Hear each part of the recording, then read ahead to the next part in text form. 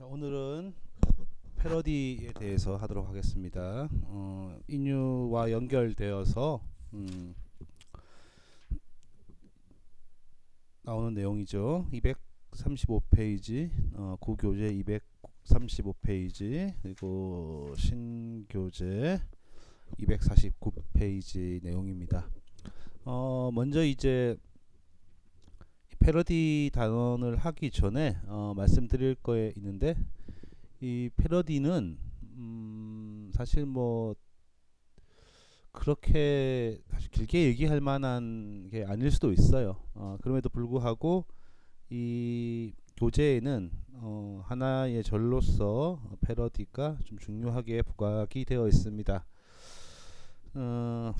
그 이유가 뭔가 하니 아무래도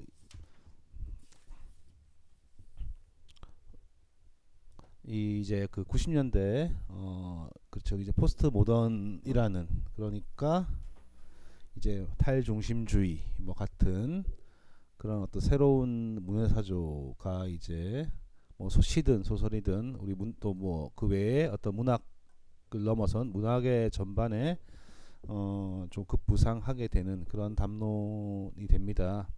그렇기 때문에 이 이제 김준호 선생님도 이 패러디라는 항목을 하면서 그 이제 포스트 모던이라고 불리는 어떤 새로운 어떤 그 문학적 흐름, 좀 전위적이기도 하고요, 새롭기도 한 그런 문학적 흐름에 대해서 좀 이야기를 하고 싶으셨던 것 같고, 그 이야기가 이제 좀 패러디 쪽에 좀 많이 담겨 있는 것 같아요. 아쉽게도 이제 김준호 선생님께서 좀 이제 그렇게 이제 더 연구를 하셨으면 또 이 패러디에 대해서 또 다른 뭐 이야기를 하셨을 수도 있겠으나, 아쉽게도 이제 이 사판을 내시고 또 그 후에는 책을 새로 내시지 못하고 돌아가셨기 때문에 이제 뭐 논의는 여기서 멈춰 있다라고 볼 수 있는데, 여튼 이제 여기서 나오는 이 패러디라는 절에서 나오는 내용은 단순히 이제 패러디 형식 자체를 이야기한다라기보다는 이제 패러디와 관련해서 현대 어떤 문학의 새로운 패러다임이라고 할까요? 미 어떤 것인가를 이야기하고 있습니다. 그러니까 1990년대의 새로운 패러다임에 대해서 이 패러디라는 절에서 좀 이제 언급을 하고 싶었던 것 같아요. 그런데 이제 지금에서 보자면, 이 책이 96년도에 나온 거니까 지금에서 보자면 이제 뭐 사실 이 패러디에서 다루는 여러 가지 어떤 문학적인 흐름들이 사실은 이제 주류라고 보기는 좀 어렵습니다. 물론 이러한 흐름이 여전히 유지되고 있는 것은 사실이긴 하나, 뭐 이것이 이제 어떤 일시적인 문학적 또는 문화적인 현상이었지, 이것이 마치 어떤 새로운 어떤 그 물결로 변해서 어떤 뭐 앞으로 계속 이어지는 뭐 그런 흐름은 아니었다고 이제 판단이 됩니다. 다만 이제 뭐 문학 교육 쪽에서 뭐 시교육이라든지 그런 것 쪽에서는 이제 뭐 패러디를 활용한 학생들의 활동 같은 경우는 이제 좀 제시가 되고 있습니다만은, 제가 판단하기로는 그래요. 이제 이 패러디라는 이 절 안에 속해 있는 내용 자체가 그 당시에는 굉장히 중요하게 다루어질 수 있는 어떤 문학계의 판을 흔드는 듯한 움직임이었다라고 볼 수 있겠으나, 지금 보자면 사실 뭐 이렇게 중요하게 다루지 않아도 될 것 같기도 한 뭐 그런 느낌도 없잖아 있습니다. 여튼 이 패러디 자체만을 다루는 것이 아니라 이 패러디를 통해서 어떤 90년대 문학의 어떤 새로운 흐름들을 좀 전반적으로 살펴보고자 하는 게 이 절의 목적이고, 그렇기 때문에 그런 부분도 저희가 뭐 제가 한번 간단하게 언급을 하고 살펴보긴 하겠습니다만은, 크게 뭐 여러 중요하게 생각할 필요는 없을 것 같기도 하고, 예. 또 제가 무슨 말을 하는 건지 모르겠네요. 예, 그냥 살펴보도록 하겠습니다. 자, 프레젠테이션 보시면 이제 패러디라고 해서 반대 입장에서 불려진 노래라는 어원이 있죠. 예. 그래서 뭐 모방하는 것이라는 뜻이 있는데 이 두 상반된 어원적 원리가 동시에 작동하는 용어다. 그러니까 반대와 모방, 적대감과 친밀함이라는 어떤 상호 무순적인 양면성을 띠고 있다라고 얘기를 할 수 있습니다.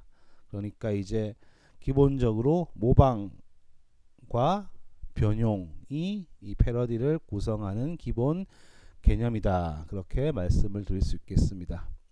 그래서 패러디라고 하면 우리가 일반적으로 이제 원전의 풍자적 모방 또는 원전의 희극적 개작으로 정의를 하고 있죠. 여러분들이 이제 뭐 인터넷 같은데 뭐 저 여러 커뮤니티 같은 거 보시면 어떤 뭐 특정 사건이 뭐 일어나게 되면 뭐 유명한 영화라든지 뭐 드라마라든지 뭐 그런 포스터를 어떻게 좀 등장 인물들 바꿔 가지고 뭐 현실들을 풍자하는 어떤 뭐 그런 내용을 많이 봤을 거예요. 예, 그런 것들이 이제 패러디죠. 원전을 이제 모방을 하되 원전에 대한 풍자적 모방 또는 이제 원전을 좀 희극적으로 개작시키는 것으로 정의를 할 수 있습니다. 구교재 236페이지, 신교재 250페이지를 보시면 박남철의 주기도문 빌어먹을이라는 시가 있는데 이제 뭐 사실 이 주기도문이라는 것은 굉장히 진지하고 엄숙한 그리고 이제 해당 종교를 가지는 사람들에게는 굉장히 좀 성스럽고 좀 함부로 다뤄지면 안 되는 그런 것들인데 어떻습니까? 이런 진지하고 엄숙한 문체를 좀 저급하게 표현을 했죠. 그러니까 읽어보시면 뭐 제목 자체도 빌어먹을이라고 해가지고 굉장히 좀 이제 주기도문에 대한 어떤 권위를 좀 무너뜨리고요. 또 교재에서 보듯이 237페이지, 구교재 237페이지, 신교재 251페이지에서 보듯이 이 어떤 결국 이 패러디를 통해서 이야기하고 싶은 것은 사실 뭐 주기도문이라는 즉 이제 뭐 그러니까 그 기독교로 대표되는 그 종교에 대한 희화화 또는 풍자라기보다는 어떤 그 육공화국의 뭐 기만적인 정치적 담론 그러니까 뭐 노태우 대통령 시절이겠죠. 그때 기만적인 정치적 담론을 풍자하는 그러한 역할을 하고 있는 것이죠. 예. 그러니까 원전을 어떻습니까? 굉장히 좀 이제 희화시키는 좀 희극적으로 개작을 했다라고 할 수 있겠죠. 아버지 하늘에서 이룬 뜻은 아버지 하늘의 것이고 땅에서 못 이룬 뜻은 우리들 땅의 것임을 믿습니다. 물론 이 작품 자체가 이제 기독교에 대한 어떤 뭐 이 주기도문으로 대변되는 뭐 기독교에 대한 약간의 어떤 부정적인 인식이 드러나지 않는다라고 말하기 어렵습니다. 그러나 그것보다는 이제 시에서 드러나는 것은 당대의 어떤 정치적 현실을 비판적으로 표현하기 위해서 이런 신성한 원전을 이제 왜곡해서 표현한다. 그렇게 생각을 하시면 될 것 같아요. 자, 그래서 패러디의 기능이라는 것은 기본적으로 이와 같이 풍자다라고 볼 수 있습니다.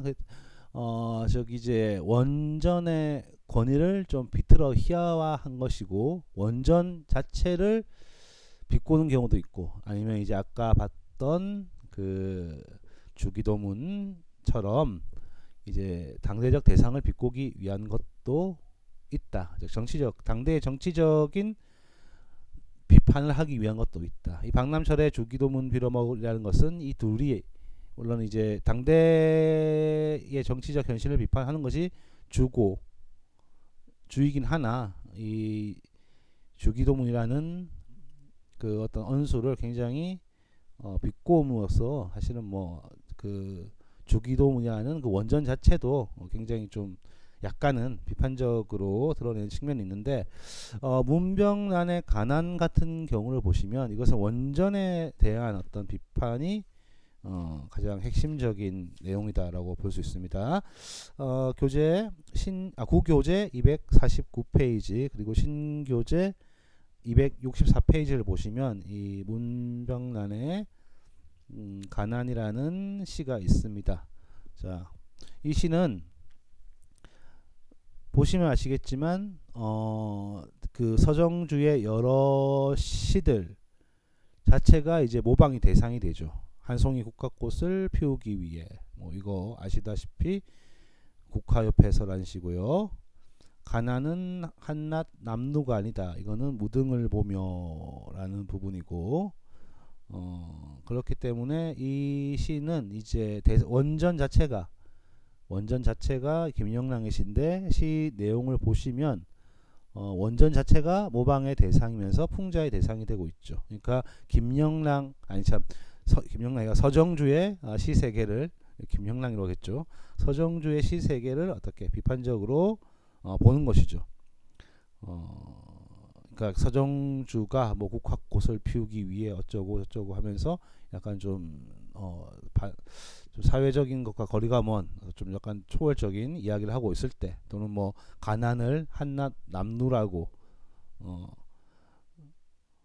그런 것이라 얘기할 때 그 이면에는 줄인 입술이 있으며 가난이라는 것은 우리의 천성까지 먹어버리는 독충이며 옷이 아니라 살갗까지 썩혀버리는 독소다 라고 하면서 마지막에 위선의 시인 민중을 잠재우는 자장가의 시인이라고 대놓고 서정주를 비판하고 있죠. 예. 그렇기 때문에 문병란의 이 가난이라는 시는 원전을 비꾸면서 그 원전 자체를 비판하고 있는 그런 시다라고 볼 수 있습니다. 반면 이제 장정일의 시 라디오와 같이 사랑을 끄고 켤 수 있다면이라는 시를 보자. 이 시는 이제 사실 뭐 원전에 대한 비판적인 입장이라기보다는 보면 이제 원전이 가지고 있는 어조를 사실은 크게 해치지 않고 있어요. 그렇죠. 아까 봤던 문병란의 시는 원전에 가진 어조를 굉장히 엄숙함을 참 저급함으로 바꿔놓은 시가 박남철의 주기도문 빌어먹으려고 이라면 이 시는 원전을 패러디하되 원전이 가진 어조라든지 뭐 그것을 크게 훼손하고 있지 않습니다. 그런데 이제 이 시가 가지는 의미는 다르죠. 예.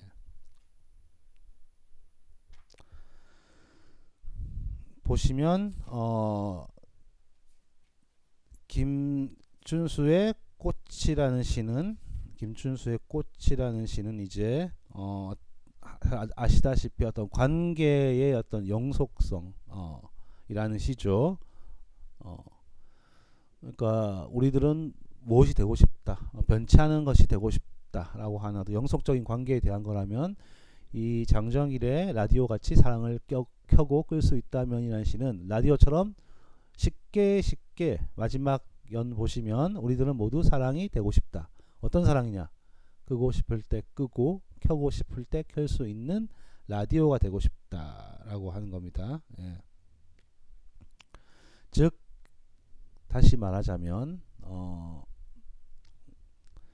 이 가벼운 만남이 횡행하는 시대에 대한 비판을 그 김춘수의 꽃을 패러디함으로써 표현을 한 거죠. 그런데 이 시를 읽어보시면 이제 김춘수 원전 시에 대한 어떤 비판 또는 뭐 조롱 뭐 그런 것은 없죠. 다만 김춘수의 꽃과 같은 관계가 지속되지 못하는 시 창작 당대의 사회적인 어떤 문제, 즉 일회성의 만남 같은 것을 비판하는 시다. 그렇기 때문에 이 시는 원전에 대한 비판이 아니라 당대 사회 현실에 대한 비판, 풍자 그런 측면이 강하다라고 볼 수 있습니다.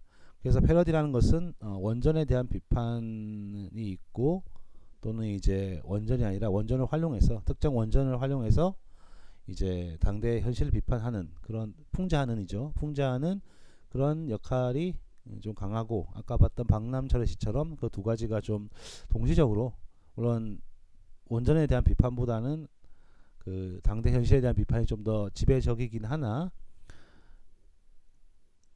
두 가지가 동시에 수행되고 있는 그런 시도 있을 수 있다라는 겁니다. 그런데 이 교재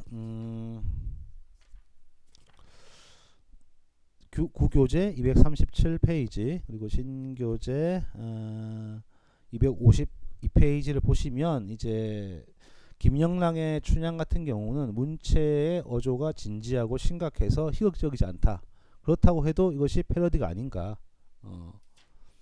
즉 패러디의 개념은 이렇게 좁은 의미로 한정되지 않는다라고 이야기를 하고 있습니다. 그러니까 이 내 변가보다 잔인무지하여 춘향을 죽였구나. 원전의 문맥과는 달리 이제 이몽룡도 변학도처럼 춘향을 죽인 잔인한 존재로서 결말을 변형시키잖아요. 이렇게 비극적인 결말은 전혀 이제 사실 희극적이지 않죠. 네.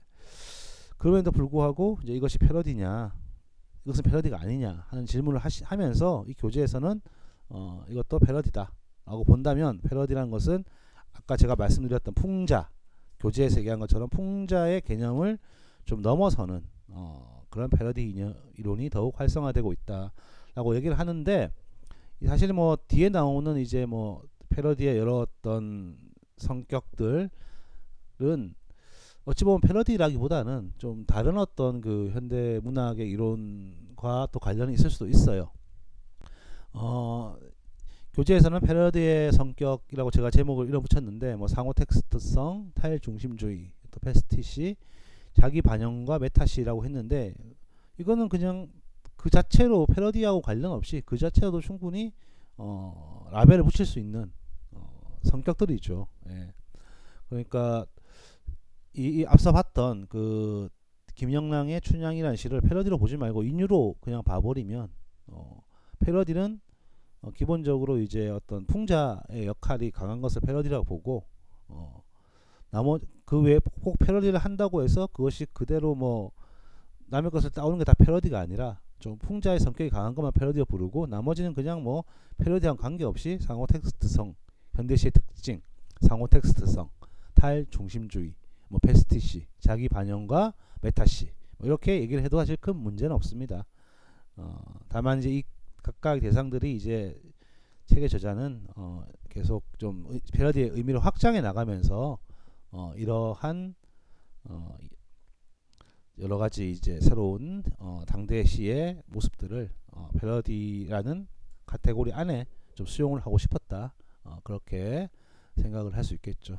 어떤 이제 각각의 어떤 성격을 한번 살펴보면서 이게 패러디하고 또 어떤 관련이 있는지, 또 뭐 새로운 어떤 형식인지를 참고로 보도록 하겠습니다. 자, 그러면 상호 텍스트성을 보겠습니다. 사실 패러디는 인류처럼 원전과 패러디한 작품의 이중구조입니다. 그래서 패러디는 이제 모방이기도 하고 또 이제 해석이기도 하고 비평이기도 하다는 것이죠. 상호 텍스트성이란 텍스트와 텍스트가 결합을 해서 새로운 담론을 생성하는 것이 이제 상호 텍스트성인데, 이 패러디하는 것은 과거 패러디의 대상이 된 원전 텍스트가 있고 새로 창작된 그 텍스트가 있기 때문에 이 두 텍스트는 서로 하나의 텍스트 안에 두 개의 텍스트가 공존하는 그런 현상이다라고 볼 수 있죠. 그리고 그 둘이 결합해서 단순히 병치되어 있는 것이 아니라 어떤 새로운 담론을 생성하는 것이기 때문에 이 패러디는 상호 텍스트적인 성격을 가지고 있다라고 이야기를 할 수 있습니다. 이 바흐진이 얘기한 것처럼 이제 이 텍스트라는 것은 기본적으로 과거의 텍스트에 비치고 있다는 것이죠. 바흐진의 정확한 말은 이제 문학은 선행하는 텍스트와 언어와 분리해서 존재하지 않는다 이 말인데, 이게 이제 과장이 아니라는 거죠.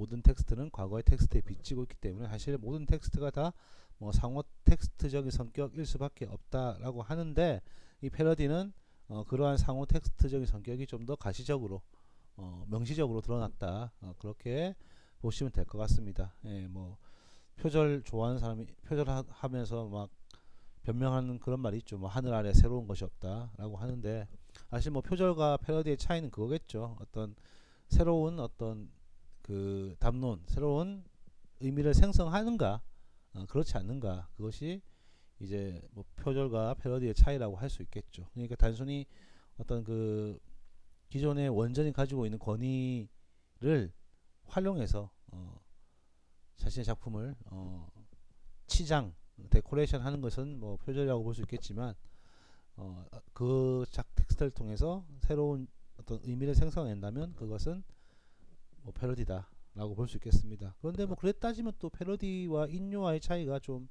또 멀어지기도 하죠. 비유적 인유, 기억나시죠?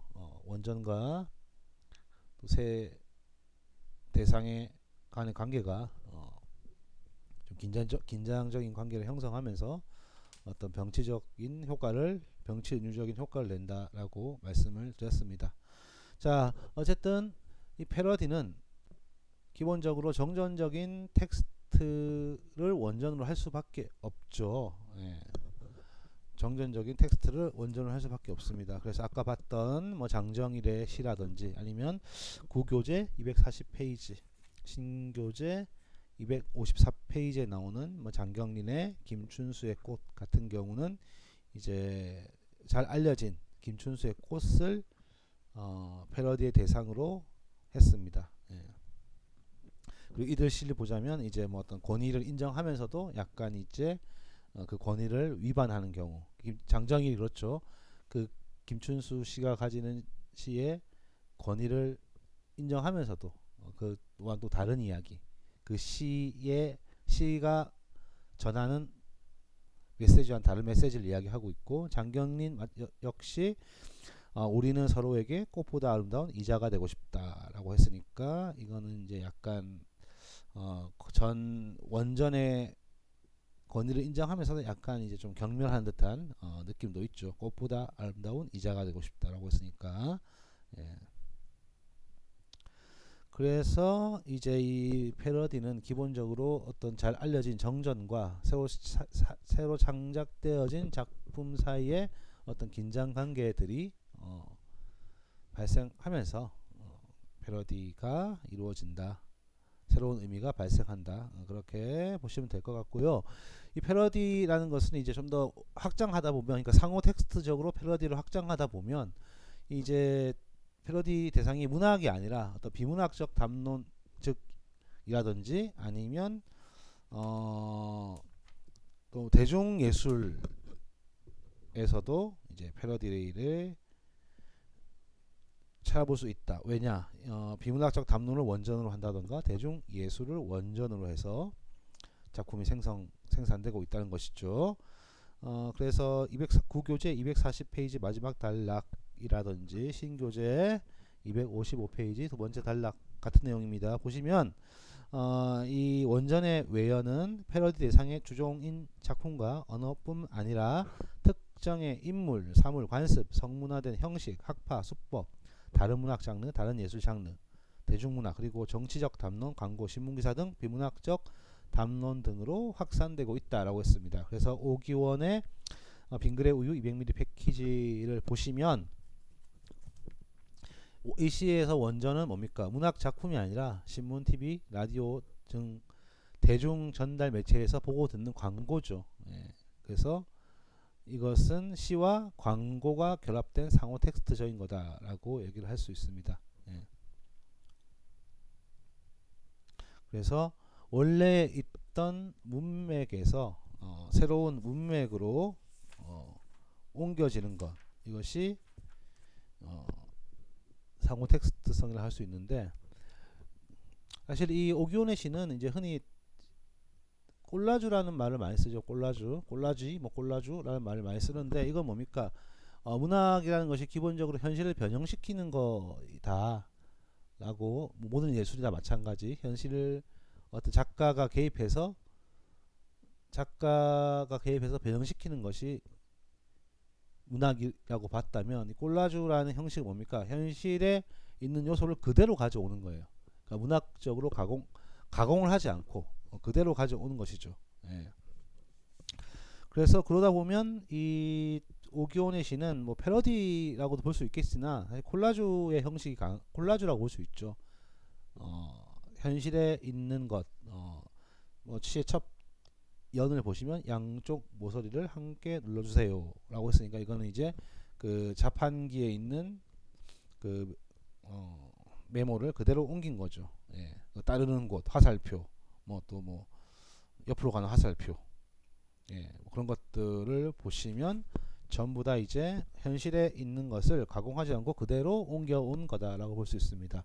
그 황지우의 시도 있죠. 생명보험회사 송일환 씨의 어느 날이라는 시를 보면 그 시도 이제 그 만평을, 그나마 이거는 만평을 그대로 가져왔죠. 예. 그러니까 이 오기온 같은 경우는 화살표가 비언어적이긴 하나 그래도 어떤 기호적인 성격을 띠고 있다면, 그 황지우의 시 같은 경우는 아예 이제 기호적인 성격을 안 띠고 있지 않은, 물론 뭐 엄밀하게 따지면 또 기호적인 성격이 있을 수 있으나 만화라는 완전히 새로운 어떤 장르를 그대로 갖다 붙인 거죠. 콜라주한 거죠. 그럼으로써 어떤 현실과 문학의 경계를 지우면서 그 문학이 가지는 어떤 문학이 이제 소비사의 이데올로기와 깊이 연관이 되어 있다라는 것을 보여준다고 했죠. 그래서 이 오규원 시인은 이 새로운 시 형식을 뭐 인용 묘사라는 용어로 기술을 했다고 합니다. 그런데 이제 뭐 오규원, 우리가 흔히 이제 뭐 잘 아시는 분 아시겠지만 이런 것을 보통 이제 저거라고 하죠. 콜라주라고 하죠. 현실에 있는 사물을 가공 없이 변형 없이 그대로 작품 안에 속하게 하는 것. 예를 들어서 그 난장이가 쏘아 올린 작은 공 같은 경우도 보신 분 아시겠지만 그 뭐 가계부라든지 철거 계고장이라든지 그런 거를 그대로 갖다 붙이고 있죠. 그러니까 우리가 초등학교 때 보면 막 미술 시간에 그런 거 하지 않습니까? 막 그림을 그리는데 막 풀칠을 한 다음에 실제 모래를 갖다 붙여가지고 뭐 모래사장을 만들고 나뭇잎을 떼가지고 나무를 만들고 뭐 하나씩 그렇게 아마 미술 수업을 받으신 분이 계실 텐데 뭐 그런 식으로 하는 거죠. 문학도 실제 있는 것을 가공하지 않고 그대로 갖다 붙인 것을 콜라주라고 합니다. 예. 그래서 이는 이제 문학 90년대 이 7, 80년대 90년대 문학의 어떤 새로운 형식이다라고 본 거고요. 그 다음에 이제 또 대중예술을 가져와서 그것을 이제 패러디한 것도 있습니다. 이 유하의 중원무린 태평천하라는 시가 대표적인 예죠. 그러니까 시의 소재가 현실이 아니라 어떤 그 만화 무협 소설 속의 작품 세계죠. 그래서 이 작품은 무엇을 의미하는 겁니까? 그 현실이 이 무협 세계처럼 사실은 굉장히 이제 힘을 가진 사람들의 위주로 돌아가는 그러한 어떤 뭐 잘못된 세계다라고 비판을 하고 있는 거죠. 그래서 이 패러디라는 것은 사실 어찌 보면 이 유화의 시는 원전이 권위가 없는, 어찌 보면 우리가 생각할 때 대중예술보다 본격 예술이 더 권위 있다고 생각하잖아요. 근데 유화는 이걸 비튼 거죠. 대중예술에 즉 현대 좀 권위가 없다고 생각하는 그 텍스트를 갖고 와가지고 현대 사회를 비판하고 있죠. 그러니까 이제 이런 패러디는 좀 사람들에게 굉장히 이제 당대의 어떤 그 같은 대중예술을 읽은 즉 무협지를 읽은 사람들에게는 굉장히 또 친근하게 다가온다는 그런 장점도 있죠. 이 유하의 시 바람 부는 날이면 압구정동에 가야 한다라는 시 연작의 2편 욕망의 통조림 또는 묘지라는 시를 보시면 이제 대중문화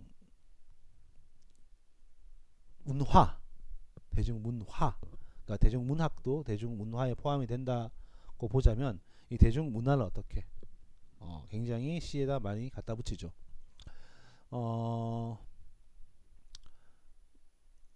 그래서 보자 중간쯤 보시면 로드웍과 섀도우 복싱 등의 피눈물 나는 하드 트레이닝으로 뭐 실버스타 스탈론이나 리차드 기어 같은 샤프한 이미지를 만들고 주윤발 코트 장군의 아들 중절모 소방차나 맥가이버 뭐 스쿠퍼나 엑셀 이라는 식으로 해가지고 어떻습니까? 당대 대중문화의 또는 모습을 대중문화의 내용을 거의 이제 패러디라기보다는 갖다 쓰고 있죠. 예, 소재로 갖다 쓰고 있죠. 예. 그럼으로써 이제 문학이 어떤 소비 사회와 소비 사회에서 떨어질 수 없는 그러한 형식을 보여주고 있다라고 볼 수 있습니다. 자 이제 뒷부분은 또 탈중심주의부터 뒷부분은 또 다음 시간에 계속해도 될 것 같아요. 이번 주 강의 여기서 마치도록 하고 다음에는 이제 탈중심주의부터 또 계속 얘기를 하도록 하겠습니다. 그럼 일단 오늘 강의는 여기서 마치도록 하겠습니다. 수고했습니다.